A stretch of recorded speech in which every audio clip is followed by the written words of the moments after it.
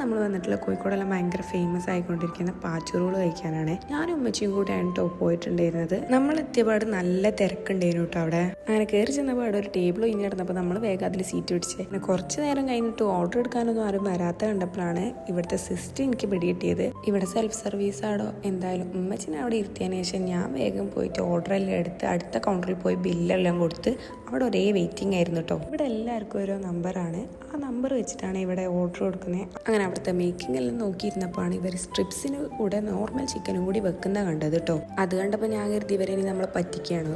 പിന്നെയാണ് മനസ്സിലായത് അത് ജംബോ റോളല്ല, വേറെയാണ് എന്ന്. എല്ലാവരും പറയുന്ന പോലെ തന്നെ വലിയ ചിക്കൻ സ്ട്രിപ്സ് തന്നെ ആയിരുന്നു കേട്ടോ അതിൽ വെച്ചിട്ടുണ്ടായിരുന്നത്.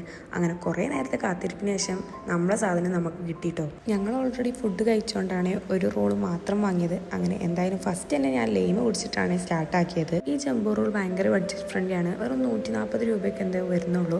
എന്തായാലും നല്ല ടേസ്റ്റ് ഉണ്ടായിരുന്നു. എനിക്ക് ഭയങ്കര ഇഷ്ടപ്പെട്ടു കേട്ടോ. അങ്ങനെ കഴിക്കാൻ വേണ്ടി റോള് തുറന്നപ്പോഴാണ് നമ്മളെ റോളിന് മാത്രമേ 2 സ്ട്രിപ്സ് ഉണ്ടായിരുന്നുള്ളൂ.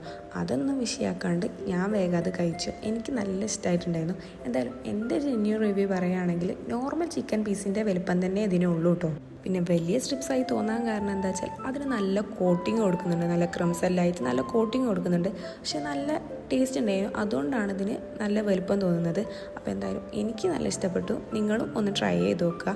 നല്ല ടേസ്റ്റുള്ള ഒരു ഐറ്റം തന്നെയാണ് കേട്ടോ. അപ്പോൾ നമ്മൾ പാച്ചു റോളിൻ്റെ ലൊക്കേഷൻ വരുന്നത് നമ്മൾ നെഹദി മന്തിൻ്റെ നേരെ ഓപ്പോസിറ്റ് ആയിട്ടാണ്. അപ്പോൾ അടുത്ത വീഡിയോ വരുന്നവരെ ബൈ.